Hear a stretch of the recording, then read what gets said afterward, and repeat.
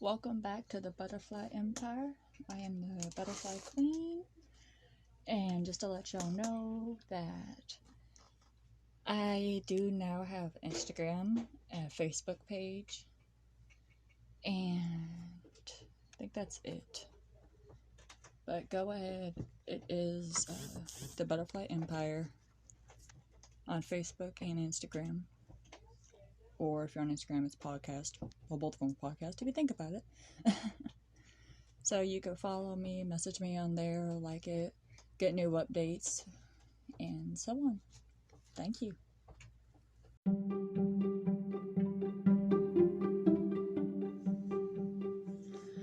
You know, I sort of envy this woman, the one I'm about to cover, because I understand where she came from. I really do. But killing still sin, all this other stuff, but Aileen Wuornos. Birthday, February 29th, 1956. Death, October 9th, 2002. Originally born name Aileen Carol Pittman. She was an American serial killer and sex worker who murdered 7 men in Florida in 1989 and 1990 by shooting them at point blank range. Aileen claimed that her victims had either raped or attempted to rape her while they were soliciting sex from her. Instead, all the homicides was committed in self-defense, and she was sentenced to death in 2002 on October 9th by lethal injection.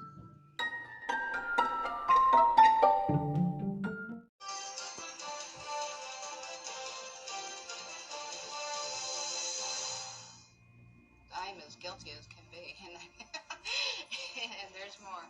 Seems like Spider, waiting to pray. There's a lot of times you have a rough childhood and you turn out to be a doctor or a lawyer. They don't all turn out to be murderers. And no serial killer. She needed somebody to care for her. I think that's all Aileen ever wanted. Her words were, "It's a good thing Florida has the death penalty, because if it didn't," she said, "I would kill again." There's just something inside her. I believe she needed to die.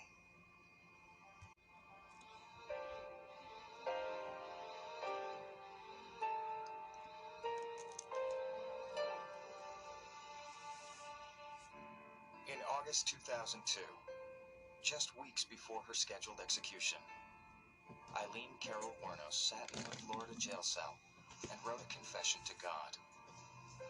Dear Lord Jesus, I know I've done some wicked things in my life, and Lord God, I know I deserve every bit of the rot of hell. In a neat, even hand, she cataloged her sins: theft, prostitution, and the murder of 7 men.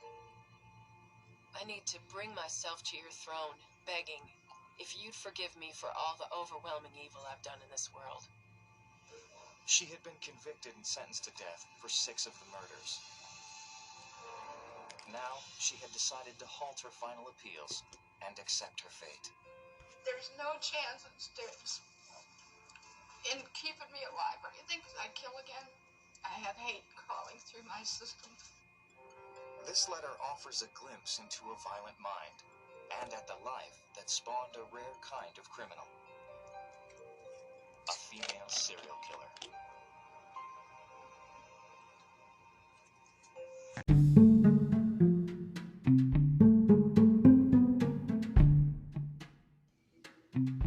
Early life of Aileen. She was born in Rochester, Michigan on February 29, 1956.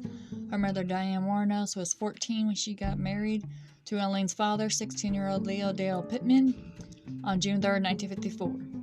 Aileen's older brother, Keith, was born on March 14, 1955.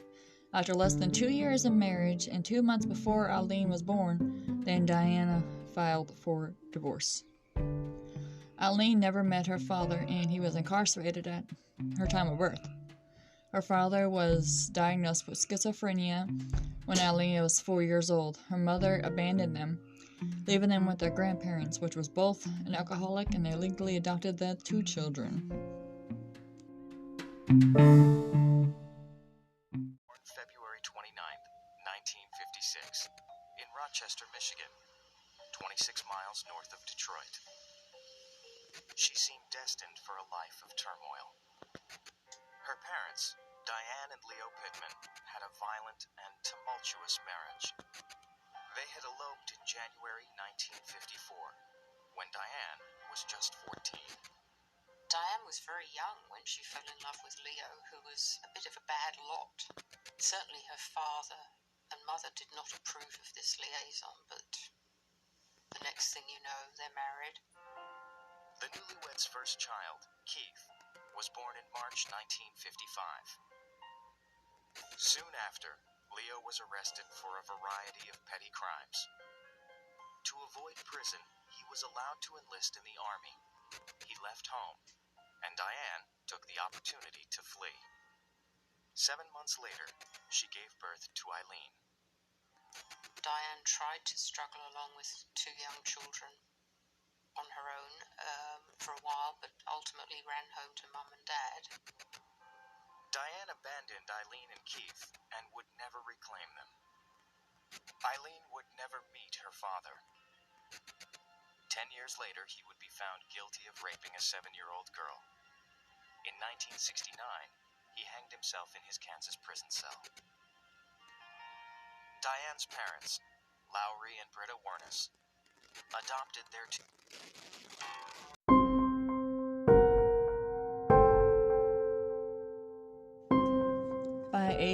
By age 11, Aileen began engaging in sexual activities in exchange for cigarettes, drugs, and food. She also engaged in sexual activities with her brother. Aileen said that her grandfather had sexually assaulted her and beat her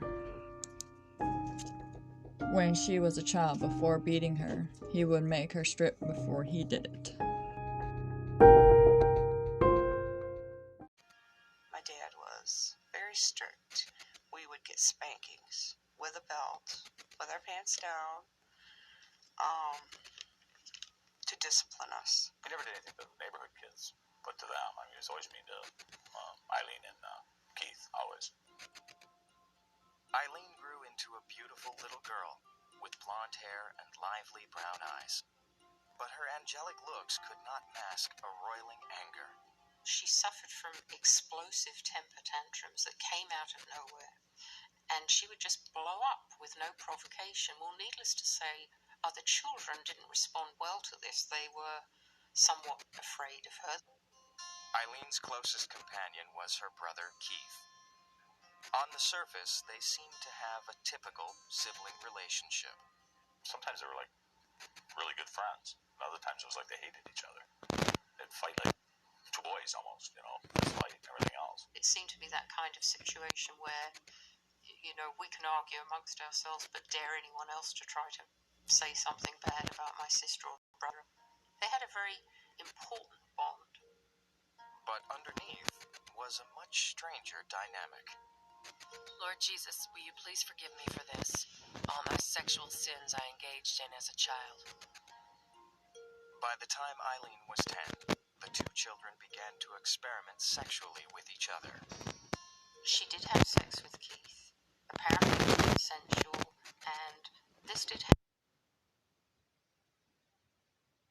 Lord Jesus, will you please forgive me for this, all my sexual sins I engaged in as a child. By the time Aileen was 10, the two children began to experiment sexually with each other. She did have sex with Keith. Apparently it was consensual, and this did happen on several occasions, and yes, one of the neighborhood boys witnessed it. At the time, I didn't really know it was wrong, what they were doing, And, they had sex. Aileen seemed quite happy and willing participant in those activities. They were so young.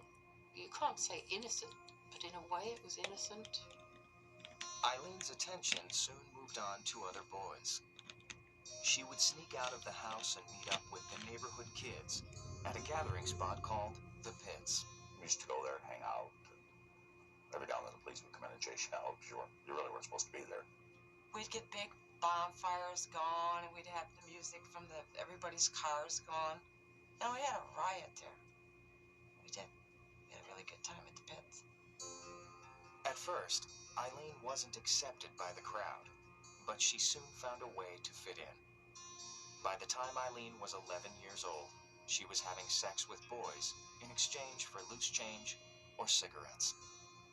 When she realized that sex, which wasn't such a big deal to her, could earn her money, then she quickly turned it into a little business. She used the money to buy drugs and beer, to try to buy friends. When they first said she's a prostitute, I thought, what the hell's a prostitute? And then she'd come back with all this money and say, oh, okay. All the boys knew that they would have sex in one way or another with her. They treated her with no respect.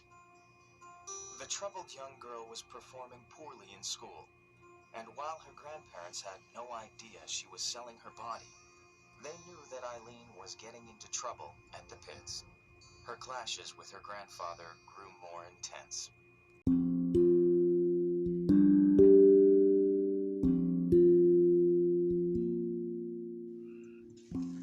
At age 14, she became pregnant, having been raped by an accomplice of her grandfather. Aileen gave birth to a boy at a home for unwed home for mothers. On March 23, 1971, the child was placed up for adoption after the son was born. She dropped out of school. At the same time, her grandmother died of liver failure. When Aileen was 15, her grandfather threw her out of the house, and she started supporting herself as a sex worker and living in the woods near her old home. Many boys as a kid. No wonder I eventually wound up getting raped. In 1970, at the age of 14, Aileen became pregnant.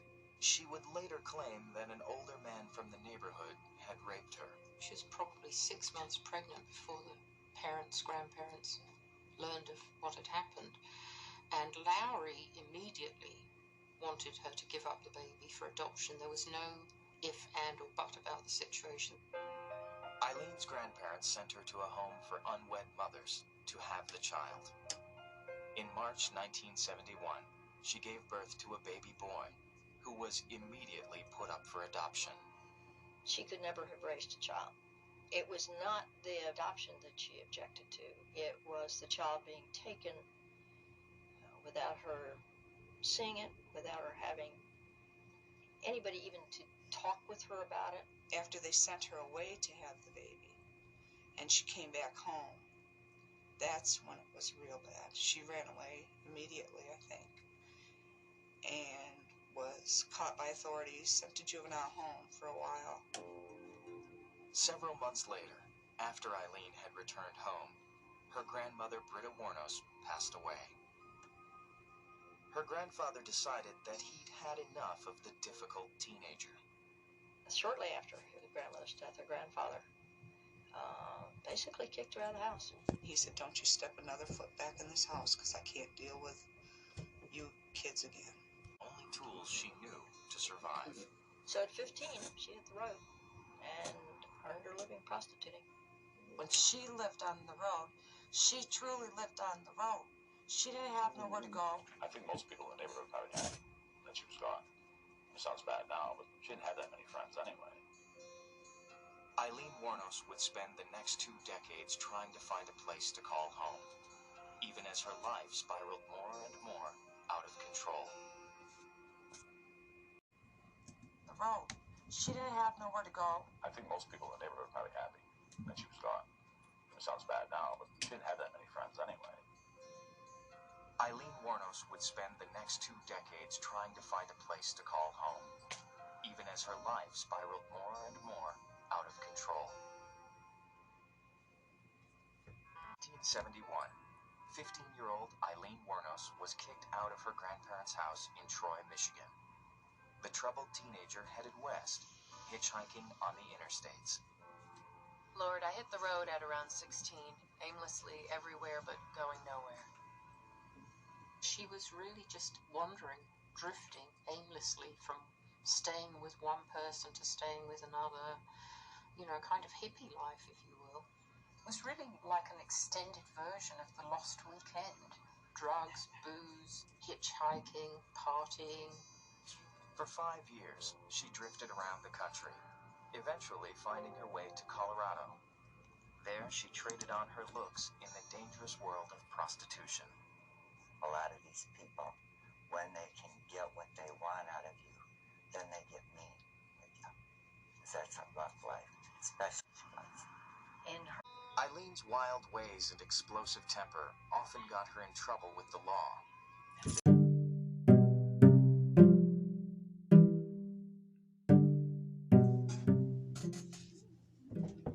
Early criminal activity. On March 27, 1974, at age 18, she was arrested for a DUI, disorderly conduct, and firing a .22 from a moving vehicle. She was later charged with failure to appear.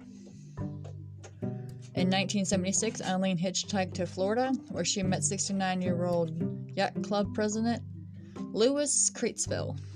They married quickly. During the marriage, she still had her confrontations at her bar and went to jail briefly for assault. She also fell with his cane, leaving to put her a restraining order on her, which, because he cut off the money to her, is the only reason that she went violent. She had a really bad anger issue. She returned to Michigan on July 14th, where she was arrested in Antrim County and charged with assault and disruption of the peace for throwing a cue ball at the bartender's head. Was arrested for disorderly conduct and wanted for grand larceny. Finally, in early 1976, she settled in Daytona Beach, Florida. I think that the promise fun and fun is the traditional lure of Florida, and I don't think it was any different for Aileen. She left Michigan because it was so cold on her feet and the hitchhike and stuff, and she went to Florida so she could sleep on the beach and still do her prostitution. I wound up playing the harlot out there and committing adultery, I'm sure, since I went to bed with so many married men, while I thieved and ripped them off too. Her first year in the Sunshine State was a turbulent one. Father had been found dead in his garage in Michigan, an apparent suicide. That spring, Aileen abruptly married a 70-year-old retiree named Louis Fell. Aileen met Louis when he picked her up hitchhiking. I had gotten a letter from her when she married that old man. That was so funny. She married him so she wouldn't have to be on the road is all. He was pretty well off, and perhaps it was her best chance of some kind of normal life, because he was spending money on her, but she was not able to curtail those outbursts and to behave like a normal person. The marriage ended after only 9 weeks. Louis filed for divorce, claiming Aileen had hit him with his cane when he stopped giving her spending money. And then came the most difficult blow. In July 1976, her brother Keith died of throat cancer. She loved Keith a lot. She was, of course, devastated. He was her ally, and for all the fighting that went on between them, he stood by her. He was loyal to her.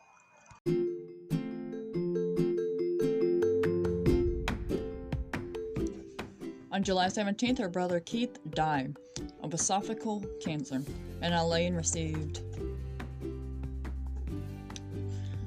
See, this is the part I was confused because I watched both of her movies, you know. Aileen Wuornos, Life to Death, and then I watched her movie Monster. Okay? And this wasn't in any of them. But I don't know how true this is, but she got money from his life insurance. And then they renewed their marriage. Blah, blah, blah. And then Aileen was fined $105 for drunk driving. She spent the money on different stuff. But as I watched the movies, I saw none of that, so I don't know how true that is.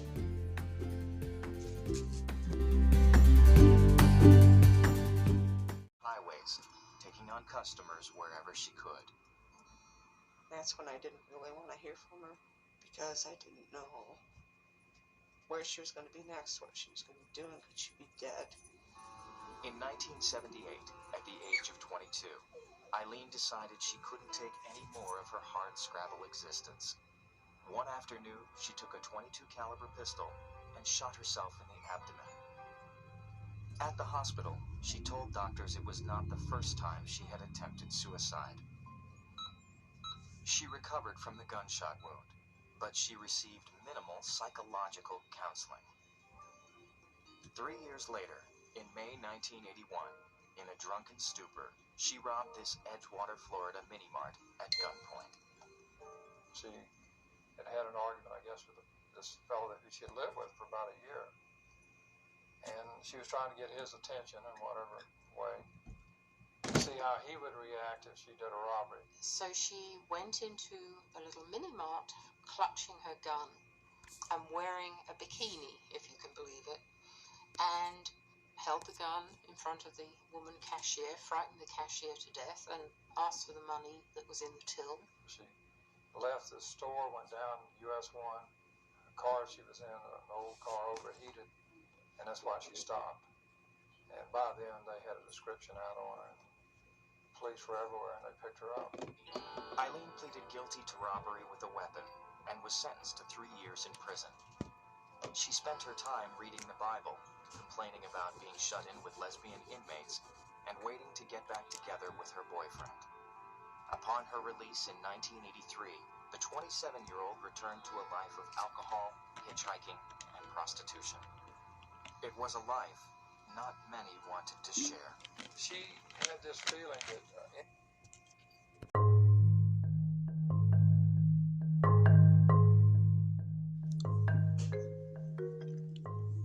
May 20th, 1981, Aileen was arrested for armed robbery.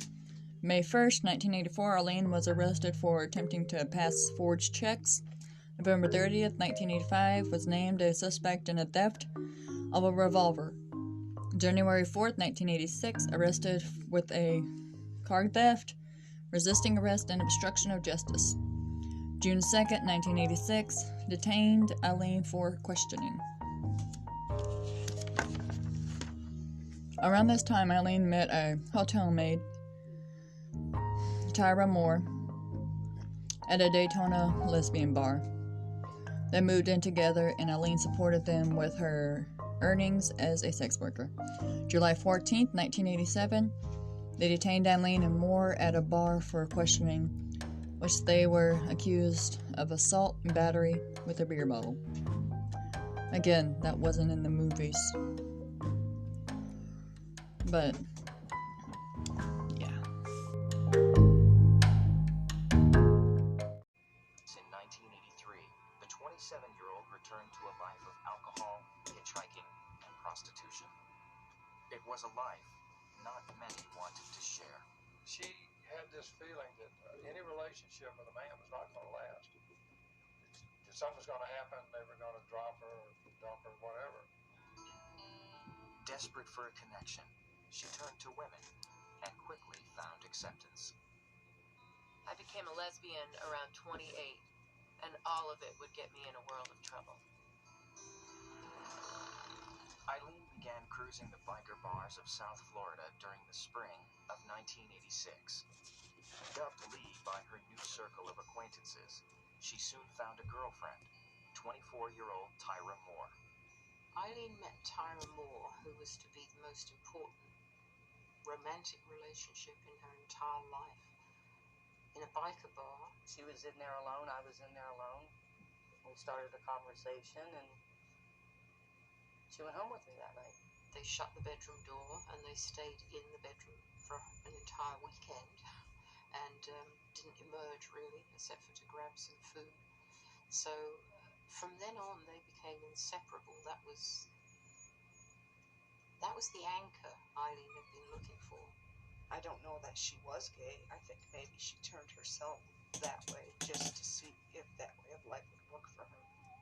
The two women lived like nomads, changing homes frequently, from a room in a friend's apartment, to a trailer, to motel rooms, sometimes the woods.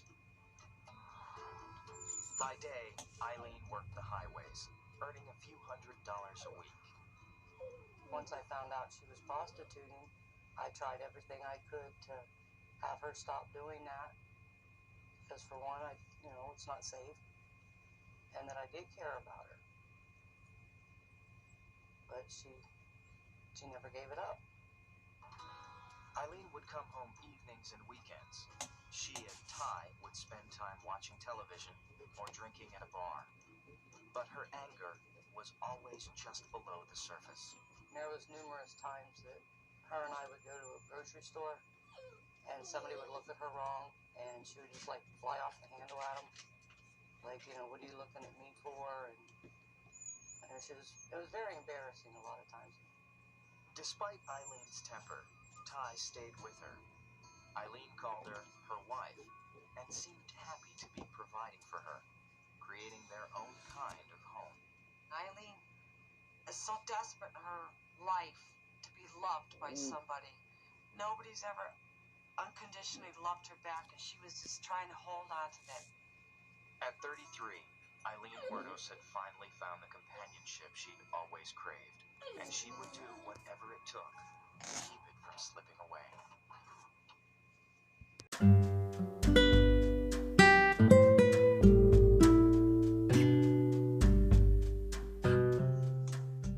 Okay, so I watched the 2 movies back to back. Monster and Serial Killer, beginning to end. Like, on the monster movie, excuse me, pretty much was when she met her girlfriend, and then all the killings, and all that after that. Which, on the movies, her first John that was killed, they showed graphic details of her rape and everything like that. And then after that, to me, in my opinion, it was all PTSD. Right after that, everything triggered her. She figured, I got away with it one time, why not do it again, And then you watch the serial killer beginning to end, and I think she just freaking had enough of life. She was like, you know what, I cannot take this craziness no more. None of this makes sense. I'm tired of living. Sex worker, never really getting love. And, yeah. Aileen Wuornos murdered 7 men in a 12-month period. Richard Charles Mallory, age 51. David Andrew Spears, age 47.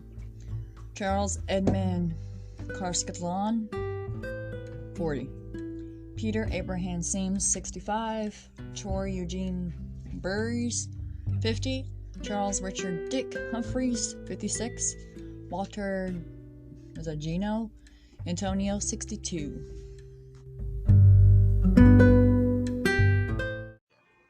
But Aileen was desperate to keep her companion by her side. It seemed like I was all she had. And I felt if I left, she wouldn't have anything. She really felt under threat, big time, that Tyra might leave her and that she would be all on her own again. And she couldn't allow that to happen.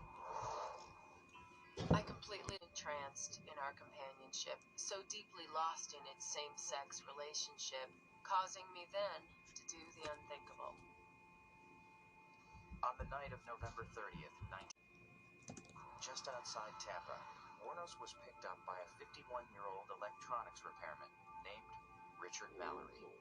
He was heading towards Daytona Beach for a weekend of partying. She met him, propositioned him. He said yes. They agreed to have sex. They parked the car in the woods near I-95 and Route 1 and drank and talked until dawn. It was only then that Wuornos pulled out the .22 caliber handgun she had brought with her and shot Mallory 4 times in the chest and back. She covered his lifeless body with carpet she found nearby and drove away in his car. When she got home, she told Tyra what she had done. She had told me that she had killed someone, and I didn't believe her. Because of the way she talked about it. I didn't think she had it in her, really. Later that day, Aileen and her girlfriend piled all their possessions possessions into Mallory's car, abandoned their room, and moved to a new place. Then Aileen took the car, methodically wiped clean of fingerprints, and dumped the things that were in the car, covered them with sand, and then dumped the car at yet another site.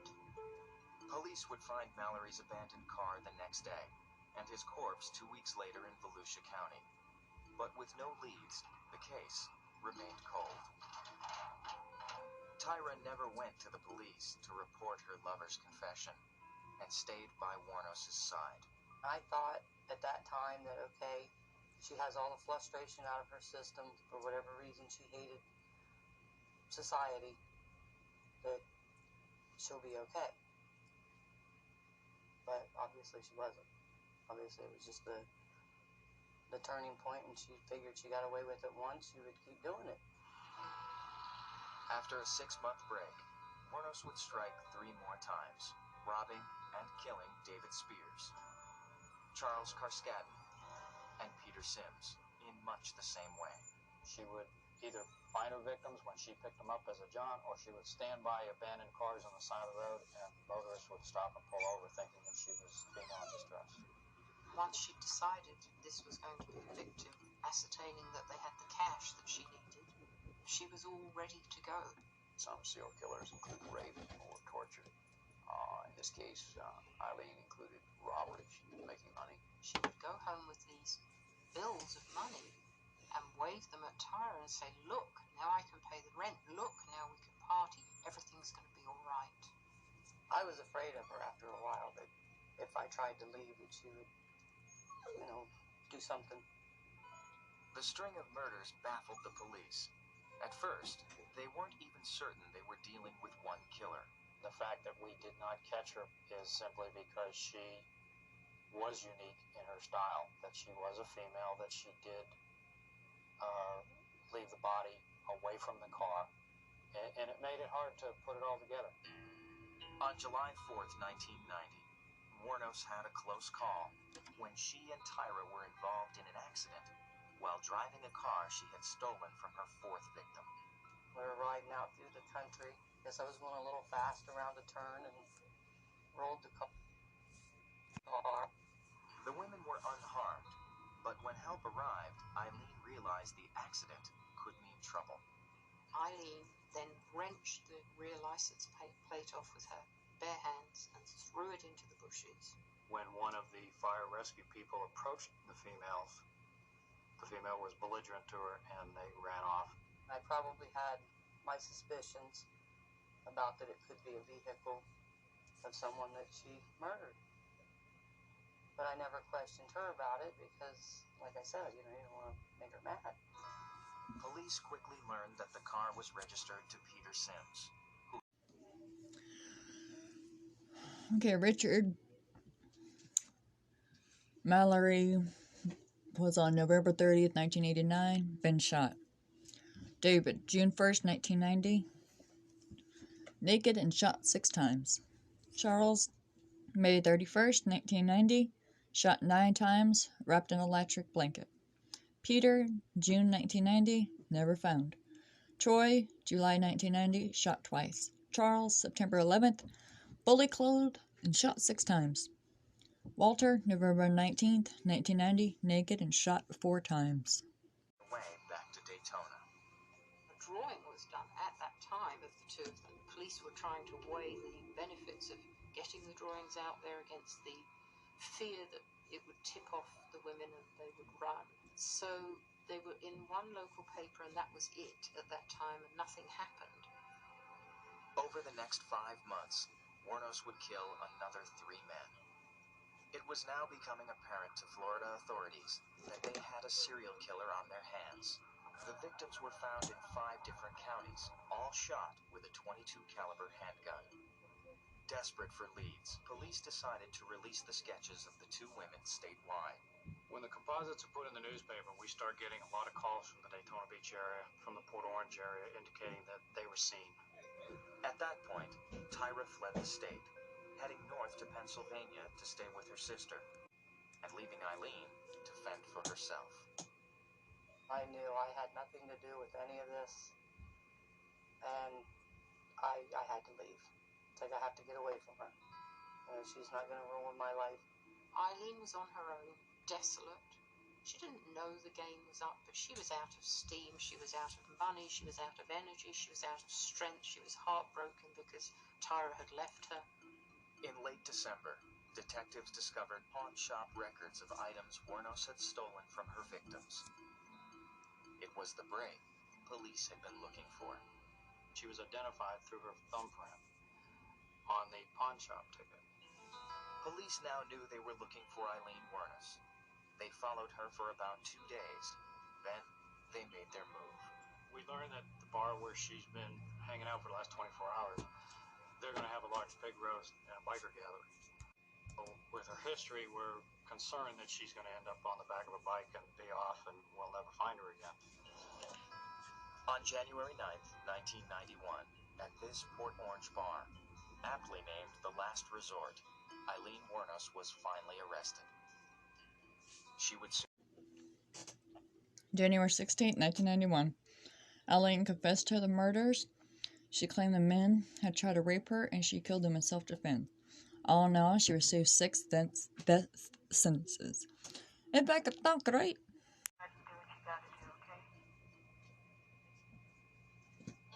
Between November 1989 and November 1990, Aileen Wuornos killed 7 men along the highways of Central Florida. The 34-year-old was finally arrested in a biker bar near Daytona Beach. She would have continued, absolutely. Aileen was a predator just like any other serial killer. She was out there to take lives for her own personal gain. With Wuornos now in custody, investigators turned their attention to finding her lover, Tyra Moore. They quickly tracked her down near Wilkes-Barre, Pennsylvania. Well, I was very cooperative. Anything I knew, I told them. I knew I didn't have anything to hide, because I knew I was nowhere around her when she did any of this. We really had no evidence that she was robberies or anything. Tyra did confess to knowing about at least one of the murders, yet the prosecution decided not to charge her with any crime. But that leniency would come with a catch. Moore would have to help the investigators ensnare her former lover. They arranged me to write a letter to Lee and give her the phone number of the motel I was staying at so she could call me, and she did.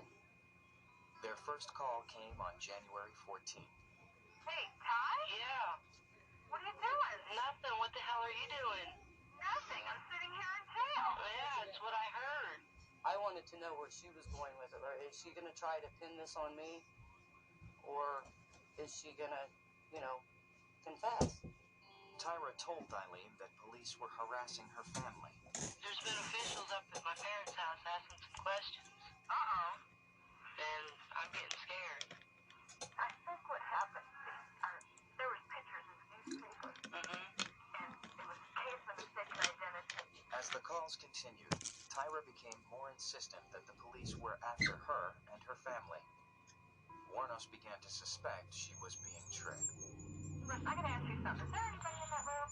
No, just me. What? What? Is there anybody in your room? No. But over time, as she sat in jail and listened to her seemingly desperate lover, Aileen became less suspicious and more determined to protect Tyra. I don't know whether I should keep on living or if I should... No, Ty, listen. What? You go ahead and let us know what you need to know. You want to know anything. You're innocent. Listen, if I have to confess, I will. On January 16th, 1991, Aileen took matters into her own hands.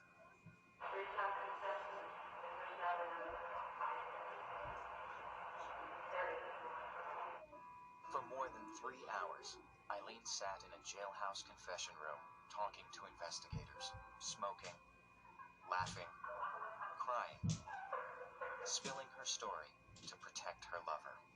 It was a rambling, obviously spontaneous, sometimes somewhat disconnected dissertation. I'm telling you, from the bottom of my heart, I'm telling you the truth about everything. I can't be any truthful. Throughout, Wuornos blatantly disregarded the advice of the public defender assigned to represent her. I told you, I don't care if you're here or not, I just want to let them understand that Tyra is very innocent. I don't want an innocent person hurt. Wuornos admitted to killing 7 men, though she claimed to have done so in self-defense. They got violent with me and I decided to do that.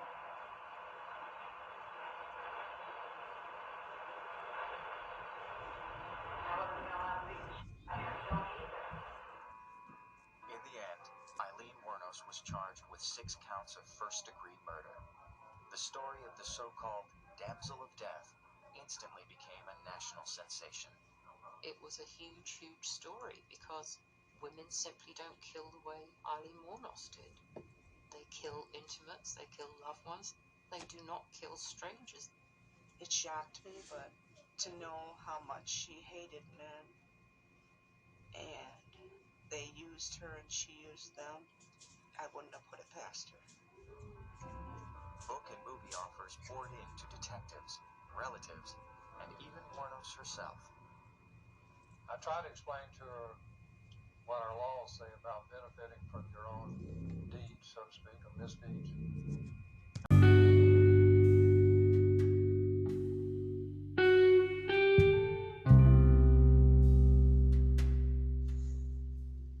Onward to the execution. In 2001 petition, she stated her intentions to dismiss her legal counselor and terminate all pending appeals.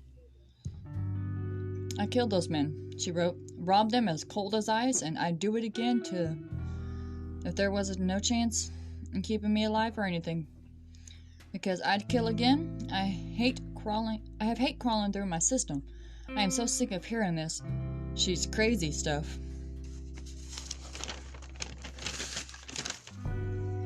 I've been evaluated so many times, incompetent, sane, and I'm trying to tell them I'm the one who seriously hates human life and would kill again. What had happened? She did shed some tears because Tyra basically sat up there and betrayed her. I knew I was doing the right thing. The one thing I am sorry about is I never did go to the police after the first one, because maybe the other 6 would still be alive. When it came time for the defense to make its case, Aileen proved to be her own worst enemy. I clear my life, George. I'm tired of it. You're trying to kill me there. I explained to her very, very clearly on numerous occasions that because of her personality, her inability to maintain calm over any period of time, that she could very well be destroyed on the stand. Wuornos, who was the only witness to testify on her behalf, claimed that Richard Mallory had raped and tortured her, and that she shot him in self-defense. He was coming toward me with his right arm, I believe, and I shot immediately, and I think I shot twice, as fast as I could. But during her cross-examination, her hair-trigger mood swings gave the jury a glimpse of the violent temper that had plagued her throughout her life. She really was doing her best acting job. She tried to appear to be a sweet, innocent lady from time to time, and other times she would lapse back into a pretty tough woman. Her actions, coupled with her words, just made her unbelievable. On January 27th, after deliberating for less than 2 hours, the jury returned with their verdict. We, the jury, found the defendant, Aileen Carol Wournos. Wuornos lashed out at them. I was raped. I hope you get raped. Scumbags of America. Her fury was still fresh in the jurors' minds as the penalty phase of the trial began the next day. Defense experts testified that Wuornos suffered from a mental illness known as borderline personality disorder, and therefore, her life should be spared. The jury was not swayed.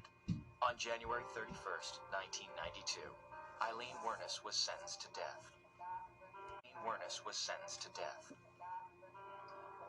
But her violent tale was not yet over, and in the years to come, she would be certain to get the last word. It's 7 counts of first-degree murder, 7 counts of robbery. But there's something else that needs to be told. And now I know I'm in big with you, Lord. Real big. As I sit here with 7 deaths over my head. In January 1992, Aileen Wuornos was convicted of first-degree murder and sentenced to death. She was 36 years old. Over the next 2 years, she would plead no contest to 3 other counts of murder and enter guilty pleas on 2 more. She asked me to get it over. I thought, why would you volunteer for execution? And I know the answer. The answer is because you're going to sit in a little 7x9 room for the next 20 years until all your appeals are done. By now, Wuornos claimed that she had found God. All I know, what her good side was, that she believed in God, believed in the Lord, and she was going to heaven. She lived and breathed with her Bible, because in the Bible were the answers to her questions, how do you get to God? Despite her push to be executed, Wuornos would have to wait on death row while her automatic appeals were exhausted.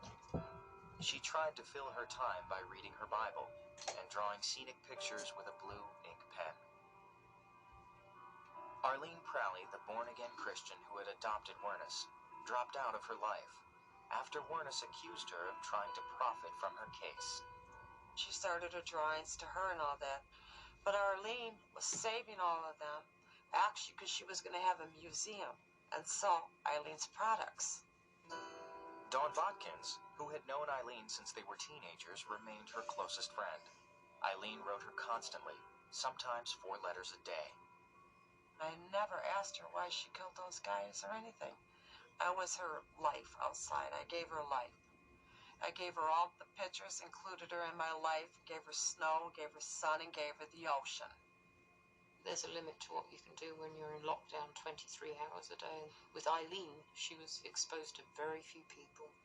She was very lonely. She was starved for human contact.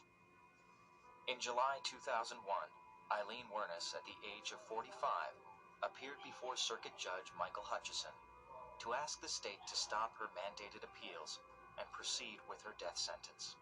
So you do wish to, in essence, fire CCRC, terminate their representation? Absolutely, and stop the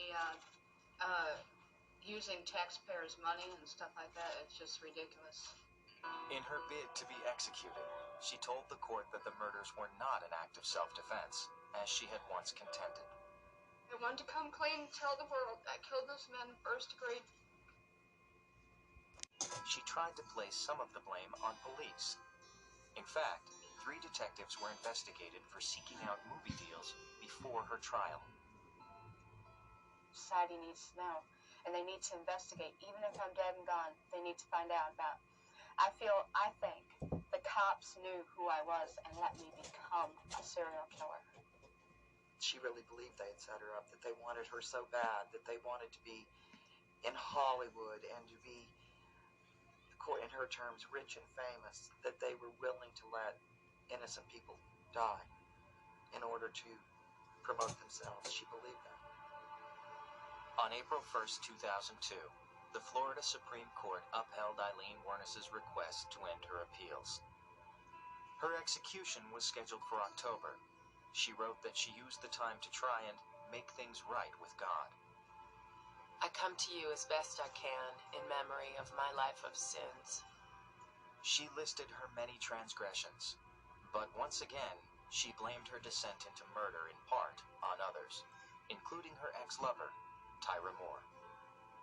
I'd meet Ty, who'd influence me into such an experience, as I'd then wind up smoking, drinking, and cussing more than I've ever done before, just heading further in evil. Dawn Watkins visited Wuornos in prison the night before her execution. It was a hard walk-in, but it was even a harder walk-out. I told the guard, I said, can you open that door a little quicker? I don't want to look back, or all you could hear her saying, I love you, Dawn. See you on the other side. And I said, I love you too. But don't look back. On October 9th, 2002, Aileen Wuornos was put to death by lethal injection at the age of 46. Her strange final words, I'll be back like Independence Day with Jesus, June 6th, like the movie, big mothership and all, I'll be back. that was her way of talking about God. Plus, it baffled the world, didn't it? Aileen Wuornos took place on October 9, 2002. She declined her last meal, which could be anything under $20, and opted out for a cup of coffee instead. Her last words were, "Yes, I would like to say, I'm sailing with the rock. I'll be back like Independence Day with Jesus, June 6th, like the movie, big mother ship and all. And I'll be back, I'll be back." Which she always had to have the last word, and she left the world puzzled with that saying. She died at 9:47. It baffled the world, didn't it? She got the last word. After the execution, Wuornos was cremated. Dawn brought the ashes back to Michigan. I planted this tree for her. And then I put her ashes right here. After all she's been through in Florida and she has done in Florida, she needed to be home here amongst the ones that loved her. And that's where she is. Aileen Wuornos' life was tragic. Some people have come from much worse circumstances, and certainly not turned into what she became. So there's no excuse for what happened. I don't think Lee ever figured out why she couldn't make her life work. She knew it didn't work, but she never could figure out why. It makes me sad, and it makes me cry, and it makes me hurt. But then you think of the victims, and you think of those. They were uncles, and they were fathers, and they were people too. Lord God, I pray you'll forgive me and bring me home eternal evermore. Amen.